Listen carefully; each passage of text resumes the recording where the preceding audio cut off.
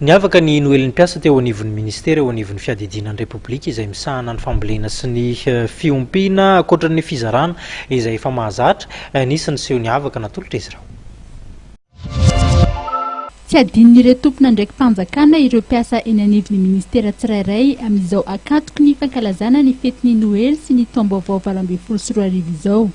Samy nanana ny fomba nampiavaka azy ireo ministera tsirairay tamin'ny fankalazana ny andro iray, nentina nanamariana izany fiainan'ny mpiasa ao amin'izany.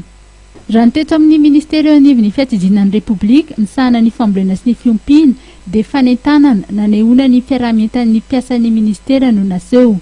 Tamin'ny alalan'ny dia izay nitanterahana ireo mpikambana ao amin'ny sampana manao dansa no nanehoana izany. Taorin'izay dia nozaraina vary sy menaka ary akoho ireo mpiasa tsirairay. Tsy ambakan'izany ihany koa anefa ny tao amin'ny Ministera ny raharaham-bahiny. Lanonam-pianakaviana izay nanasana mpihira nentina ampifaly ireo ankizy no nitanterahana teto. Ny mpanakanto Arion-Joy no nasaina tamin'izany ampifaly ireo mpiasa sy ny zanaky ny mpiasa ny alohan'ny izarana kilalao sy fanomezana toy ny vary sy menaka ary gisa. Ho an'ny Ministera ny serasera sy ny fifandraisana amin'ny androm-panjakana dia nanamafy ireo asa vita nandritry na voatendry azy ho minisitra Andriamatoa Laurent.